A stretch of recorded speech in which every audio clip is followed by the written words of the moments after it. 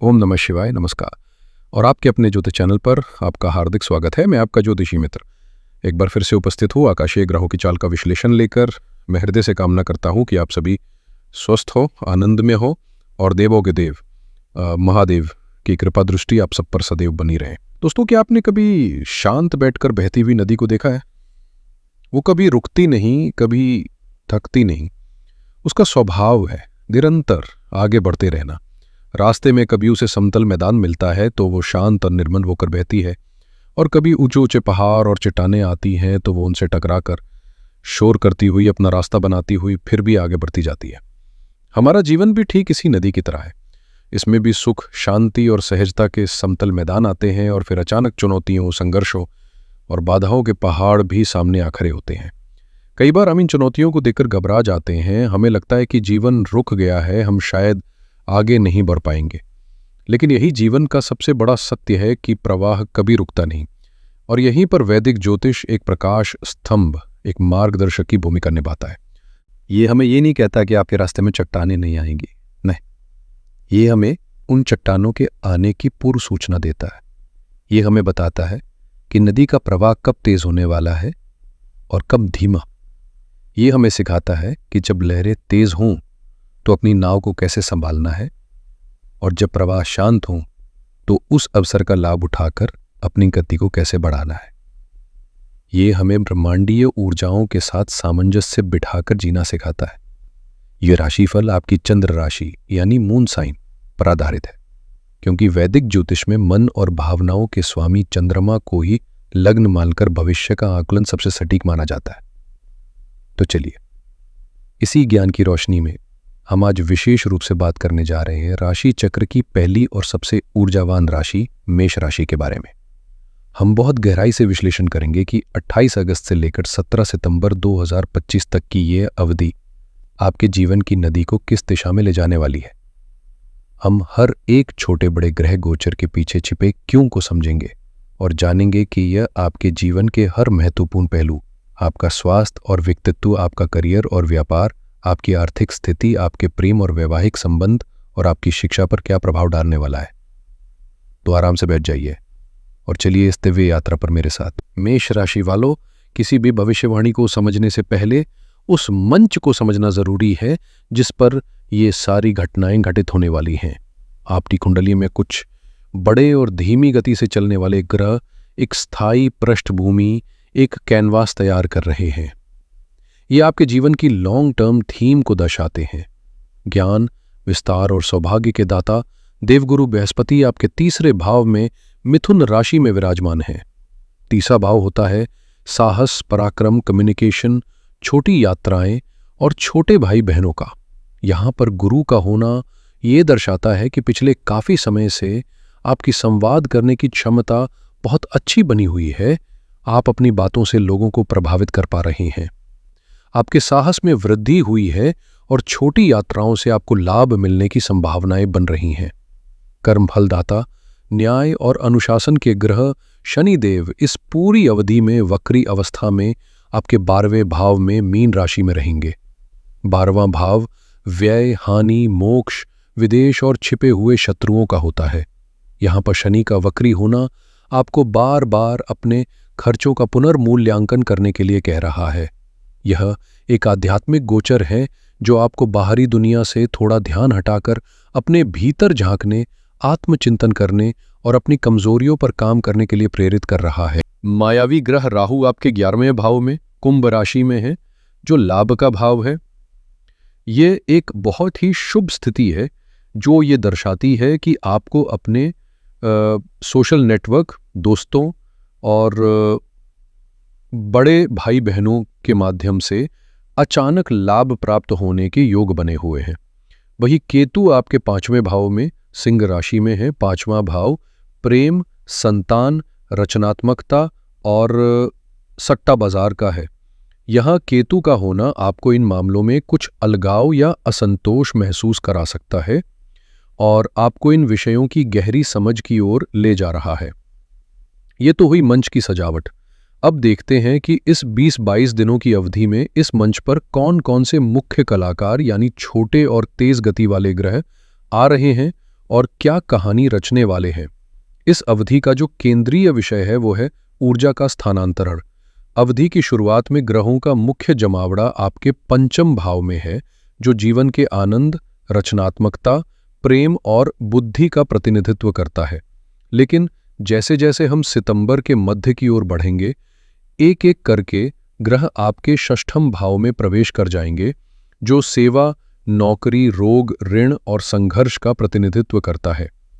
इसका सीधा सा अर्थ है कि ब्रह्मांड आपको संकेत दे रहा है कि अब अपनी रचनात्मक ऊर्जा और बुद्धि का उपयोग अपनी दैनिक दिनचर्या की बाधाओं को दूर करने, अपने काम में महारत हासिल करने और अपने स्वास्थ्य को बेहतर बनाने में करें। इस कहानी के मुख्य पात्र है सूर्यदेव, जो 16 सितंबर तक आपके पंचम भाव में स्वगृही रहेंगे और फिर 17 सितंबर को छठे भाव में प्रवेश करेंगे।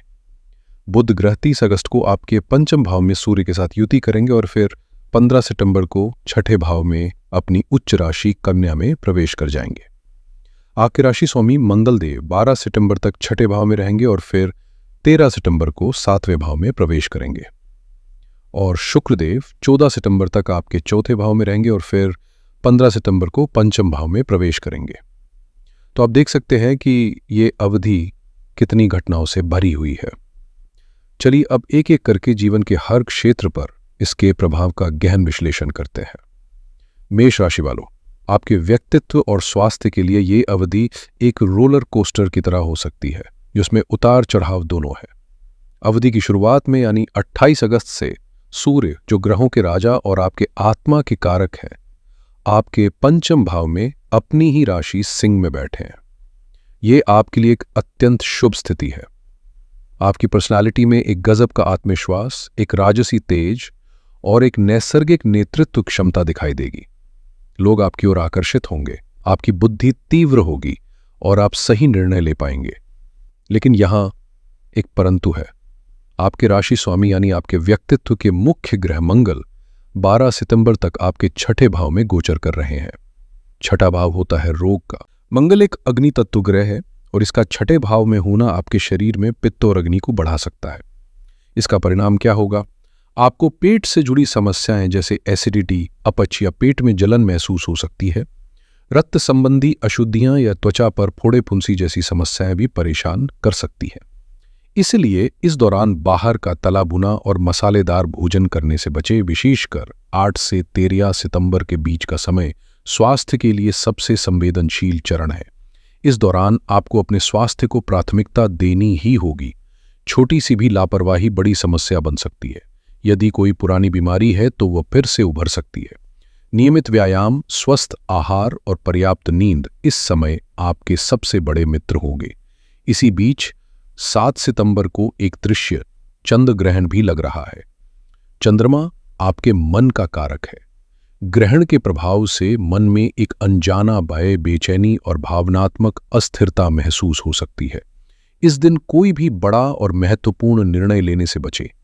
यह समय ध्यान, प्राणायाम और आध्यात्मिक गतिविधियों के लिए उत्तम है ताकि मन को शांत रखा जा सके। अवधि के अंत में 17 सितंबर को सूर्य देव भी छठे भाव में प्रवेश कर जाएंगे। यहां सूर्य का आना आपको बीमारियों से लड़ने की शक्ति तो देगा, लेकिन यह आपके अहंकार को भी बढ़ा सकता है, खासकर आपके कार्यक्षेत्र में। आपको अपने सहयोगियों या अधीनस्थों के साथ व्यवहार में विनम्रता रखनी होगी। अब बात करते हैं आपके करियर की। करियर के दृष्टिकोण से यह अवधि आपको मेहनत के बल पर सफलता दिलाने का वादा कर रही है। अवधि की शुरुआत आपके लिए बहुत अच्छी है। सूर्य और बुध की पंचम भाव में युति बुधादित्य योग का निर्माण कर रही है। यह योग बुद्धि और ज्ञान के लिए सर्वोत्तम माना जाता है। इस समय आप अपने कार्य क्षेत्र में अपनी बुद्धि और रचनात्मक आइडियाज से सबको चकित कर सकते हैं। अगर आप किसी प्रेजेंटेशन पर काम कर रहे हैं या कोई नई रणनीति बना रहे हैं तो ये समय आपके लिए बेहतरीन साबित होगा। आपकी सलाह को महत्व दिया जाएगा। साथ ही मंगल का छठे भाव में गोचर, जिसे ज्योतिष में शत्रुहंता योग भी कहते हैं, आपके लिए एक वरदान की तरह है। यह 12 सितंबर तक रहेगा। यदि आपके ऑफिस या व्यापार में कोई प्रतिस्पर्धी या छिपा हुआ शत्रु आपको परेशान कर रहा था तो इस समय आप उन पर पूरी तरह से हावी रहेंगे। उनकी कोई भी चाल सफल नहीं होगी। यह समय कोर्ट कचहरी के मामलों में भी विजय दिला सकता है। लेकिन याद रखें, मंगल यहां आपसे कड़ी मेहनत और अनुशासन की मांग कर रहे हैं।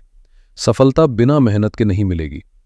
फिर 13 सितंबर को मंगल आपके सप्तम भाव यानी पार्टनरशिप और व्यापार के घर में प्रवेश करेंगे। यह आपके व्यापार में एक नई ऊर्जा और गति लाएगा। आप नए सौदे कर सकते हैं, नई पार्टनरशिप्स बना सकते हैं। लेकिन मंगल एक आक्रामक ग्रह है। सप्तम भाव में इसका आना आपके व्यापारिक साझेदार या जीवन साथी के साथ आपके संबंधों में तनाव पैदा कर सकता है। आपको अपनी वाणी और क्रोध पर नियंत्रण रखना होगा, अन्यथा बनते हुए काम बिगड़ सकते हैं। जो लोग नौकरी में हैं उनके लिए ये अवधि राहत भरी रहेगी। आपको अपने काम पर ध्यान केंद्रित करना होगा और ऑफिस की राजनीति से दूर रहना होगा। आर्थिक मामलों में यह अवधि आपको सावधानी हटी, दुर्घटना घटी का संदेश दे रही है। शनिदेव 12वें भाव में बैठकर पहले से ही खर्चों का मीटर चला रहे हैं। ऊपर से मंगल का 6ठे भाव में गोचर ऋण यानी कर्ज का योग बनाता है। इसलिए 12 सितंबर तक आपको अपने खर्चों पर बहुत कड़ा नियंत्रण रखना होगा। किसी भी तरह की अनावश्यक खरीदारी से बचें। क्रेडिट कार्ड का उपयोग सोच समझ कर करें। यह समय किसी को उधार देने या किसी से उधार लेने के लिए बिल्कुल भी अच्छा नहीं है। वहीं दूसरी ओर 11वें भाव में बैठे राहु आपको अचानक लाभ भी करा सकते हैं। ये लाभ आपको शेयर बाजार, लॉटरी या आपके सोशल सर्कल के माध्यम से मिल सकता है, लेकिन यह अप्रत्याशित होगा। जो लोग शेयर बाजार में निवेश करते हैं उनके लिए 4, 5 और 8 सितंबर की तारीखें किसी भी तरह का ट्रेड करने के बजाय सीखने, रिसर्च करने और बाजार को समझने के लिए ज्यादा उपयुक्त है। ग्रहों की स्थिति आपको गहरी अंतर्दृष्टि प्रदान कर सकती है। 12 सितंबर का दिन विशेष रूप से महत्वपूर्ण है। यह मुनाफा वसूली या अपने शेयर बेचने के लिए एक अच्छा दिन हो सकता है। आपके लिए 13 और 14 सितंबर का दिन आर्थिक मामलों के लिए विशेष रूप से शुभ रहने की संभावना है। इस दौरान चंद्रमा का गोचर आपके लिए अनुकूल रहेगा, जिससे आपको रुका हुआ धन प्राप्त हो सकता है या आय का कोई नया स्रोत मिल सकता है। एक और बात, 15 सितंबर को बुध जब आपके 6ठे भाव में जाएंगे तो आपकी वाणी थोड़ी तर्क वितर्क वाली हो सकती है। आपको अपने परिवार के सदस्यों और सहकर्मियों से बात करते समय शब्दों का चयन बहुत सोच समझकर करना होगा। चलिए अब प्रेम और रिश्तों के कैनवास पर नजर डालते हैं, जहां इस अवधि में कई नए रंग भरने वाले हैं। अवधि की शुरुआत में यानी 29 अगस्त तक विवाह के लिए जो शुभ योग चल रहे थे वे समाप्त हो जाएंगे। सूर्य का पंचम भाव में होना प्रेम संबंधों में थोड़ा अहंकार का टकराव ला सकता है। आप या आपके पार्टनर मैं सही हूं वाली भावना से ग्रस्त हो सकते हैं, लेकिन 30 अगस्त को जब बुद्धि के कारक बुध यहां आएंगे तो आप बातचीत के माध्यम से किसी भी गलतफहमी को दूर करने में सक्षम होंगे। 5 सितंबर की तारीख को अपने कैलेंडर में मार्क कर लीजिए। इस दिन आकाश में चंद्र शुक्र आकर्षण योग का निर्माण हो रहा है। ये योग आपसी प्रेम, रोमांस और आकर्षण को अपने चरम पर ले जाता है। यदि आप सिंगल हैं और किसी को पसंद करते हैं तो अपने दिल की बात कहने के लिए इससे बेहतर दिन नहीं हो सकता। यदि आप पहले से ही रिश्ते में हैं तो ये दिन आपके रिश्ते में एक नई ताजगी और मिठास घोल देगा। इसके बाद 15 सितंबर को प्रेम, सौंदर्य और रोमांस के कारक ग्रह शुक्रदेव आपके पंचम भाव में प्रवेश करेंगे। ये गोचर आपके प्रेम जीवन के लिए एक वरदान की तरह है। यदि आपके रिश्ते में कोई खटास आ गई थी तो वो दूर हो जाएगी। आपके रिश्ते में मधुरता, समझ और समर्पण का भाव बढ़ेगा। जो लोग अकेले हैं उनके जीवन में इस गोचर के बाद किसी नए और खास व्यक्ति की दस्तक हो सकती है। वैवाहिक जीवन की बात करें तो 13 सितंबर से मंगल आपके सप्तम भाव में आ रहे हैं। ये आपके वैवाहिक जीवन में जुनून और ऊर्जा तो लाएगा, लेकिन साथ ही छोटी छोटी बातों पर आक्रामकता और बहस का कारण भी बन सकता है। आपको अपने जीवन साथी की भावनाओं का सम्मान करना होगा और अपने गुस्से पर काबू रखना होगा। धैर्य ही इस समय आपके वैवाहिक जीवन की कुंजी होगी। अब बात करते हैं मेष राशि के छात्रों की, जिनके लिए ये अवधि किसी सुनहरे अवसर से कम नहीं है। ग्रहों का पूरा आशीर्वाद आपके साथ है। पंचम भाव शिक्षा का मुख्य भाव होता है। इस भाव में सूर्य का अपनी राशि में होना और 30 अगस्त से बुध का आकर बुधादित्य योग बनाना ये छात्रों के लिए एक असाधारण स्थिति है। आपकी एकाग्रता और सीखने की क्षमता अपने चरम पर होगी। आप मुश्किल से मुश्किल विषयों को भी चुटकियों में समझ लेंगे। यह समय प्रतियोगी परीक्षाओं की तैयारी कर रहे छात्रों के लिए विशेष रूप से फलदायी है। इस अवधि के भीतर भी 3 सितंबर से 8 सितंबर के बीच का समय आपके लिए गोल्डन पीरियड है। 3 सितंबर को गजकेसरी योग बन रहा है, जो ज्ञान, बुद्धि और सम्मान के लिए सर्वोत्तम योग माना जाता है। फिर 7 सितंबर को चंद्रबुध युति योग बन रहा है, जो आपकी याददाश्त और विश्लेषणात्मक क्षमता को बहुत बढ़ा देगा। मैं सभी छात्रों को सलाह दूंगा कि इस समय का एक एक क्षण का सदुपयोग करें। आपकी मेहनत आपको उम्मीद से कई गुना बेहतर परिणाम दिलाएगी। तो मेरे मेष राशि के मित्रों, आइए इस 22 दिनों की यात्रा के मुख्य पड़ावों को एक बार फिर से संक्षेप में समझ लेते हैं। ये अवधि आपके जीवन में एक महत्वपूर्ण बदलाव का प्रतीक है। इसकी कहानी शुरू होती है पंचम भाव की रचनात्मकता, बुद्धि और आनंद से, और इसका अंत होता है छठे भाव की चुनौतियों, कड़ी मेहनत और सेवा पर। ब्रह्मांड आपको अपनी बौद्धिक और रचनात्मक शक्तियों का उपयोग अपनी रोजमर्रा की जिंदगी की समस्याओं को सुलझाने और अपने स्वास्थ्य को बेहतर बनाने के लिए करने का स्पष्ट संदेश दे रहा है।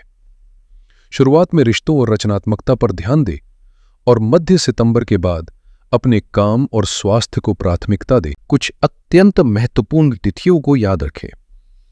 30 अगस्त जब बुध सिंह राशि में प्रवेश करेंगे। 5 सितंबर जो प्रेम के लिए सर्वश्रेष्ठ दिन है। 7 सितंबर का चंद्र ग्रहण जब मन शांत रखना है।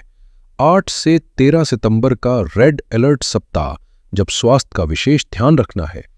13 सितंबर जब मंगल तुला राशि में प्रवेश करेंगे और 15 सितंबर जो प्रेम और करियर में एक बड़े बदलाव का दिन है। इस पूरी अवधि के लिए आपका मूल मंत्र होना चाहिए, स्वास्थ्य ही धन है। विशेषकर 8 से 13 सितंबर के बीच अपने शरीर द्वारा दिए गए किसी भी संकेत को अनदेखा न करें। इसके साथ ही 12 सितंबर तक अनावश्यक खर्चों पर पूर्ण विराम लगाएं। दोस्तों, ज्योतिष शास्त्र केवल समस्या नहीं बताता, बल्कि उसका आध्यात्मिक समाधान भी देता है। ये उपाय आपके ग्रहों की नकारात्मक ऊर्जा को शांत करने और सकारात्मक ऊर्जा को बढ़ाने में मदद करते हैं। पहला उपाय है सूर्य देव की कृपा के लिए। सूर्य आपकी कुंडली में पंचमेश होकर अत्यंत महत्वपूर्ण ग्रह है। प्रतिदिन सुबह स्नान के बाद एक तांबे के लोटे में शुद्ध जल भरकर उसमें थोड़ा सा गुड़ या रोली मिलाकर उगते हुए सूर्य देव को ओम गृणी सूर्याय नमः मंत्र का जाप करते हुए अर्घ्य दें। ये उपाय आपको अद्भुत ऊर्जा और स्वास्थ्य लाभ देगा। दूसरा उपाय है मंगल देव को शांत करने के लिए। मंगल आपके राशि स्वामी और इस अवधि में छठे और सातवें भाव को प्रभावित कर रहे हैं। मंगल की ऊर्जा को सकारात्मक दिशा देने के लिए सबसे अचूक उपाय है हनुमान जी की शरण में जाना। प्रतिदिन या कम से कम हर मंगलवार और शनिवार को हनुमान चालीसा का पाठ करें। हनुमान जी की भक्ति करने से मंगल के दुष्प्रभाव शांत होते हैं। और तीसरा उपाय है चंद्र ग्रहण के नकारात्मक प्रभाव से बचाव के लिए 7 सितंबर को ग्रहण काल के दौरान अपने मन को शांत रखने के लिए भगवान शिव के पंचाक्षरी मंत्र ओम नमः शिवाय का यथासंभव जाप करें। ग्रहण समाप्त होने के बाद स्नान अवश्य करें और अपनी सामर्थ्य के अनुसार किसी गरीब या जरूरतमंद व्यक्ति को सफेद वस्तुओं जैसे चावल या दूध का दान करें। तो मेरे प्यारे मेष राशि के जातकों, ये था 28 अगस्त से लेकर 17 सितंबर 2025 तक के ग्रहों के गोचर का आपके जीवन पर पड़ने वाला एक विस्तृत प्रभाव। हमेशा याद रखिएगा, सितारे और ग्रह हमारे मार्गदर्शक हैं, हमारे भाग्य के नियंत्रक नहीं। वे हमें केवल सबक के उतार चढ़ाव के बारे में बताते हैं। उस सबक पर अपनी गाड़ी को सावधानी से चलाना और अपनी मंजिल तक पहुंचना हमारे अपने कर्म, हमारे अपने संकल्प और हमारे अपने विवेक पर निर्भर करता है। इस ज्ञान का उपयोग एक ढाल की तरह करें, तलवार की तरह नहीं। चुनौतियों के लिए तैयार रहें और अवसरों का दोनों हाथों से स्वागत करें। मैं महादेव से प्रार्थना करता हूं कि आपका आने वाला समय मंगलमय हो। आप स्वस्थ रहें, आनंदित रहें और जीवन के हर क्षेत्र में सफलता प्राप्त करें। अगर आपको ये वीडियो और हमारा विश्लेषण अच्छा लगा हो तो कृपया इस वीडियो को लाइक करें, अपने सभी मेष राशि के मित्रों और परिवारजनों के साथ इसे शेयर करें ताकि वे भी इस जानकारी का लाभ उठा सकें। और हाँ, अगर आप इस चैनल पर नए हैं तो इसे सब्सक्राइब करना ना भूलें और बेल आइकॉन जरूर दबाएं ताकि आपको भविष्य के सभी वीडियो की सूचना समय पर मिलती रहे। आपके समय और आपके स्नेह के लिए बहुत बहुत धन्यवाद। अब मुझे आज्ञा दीजिए। हर हर महादेव।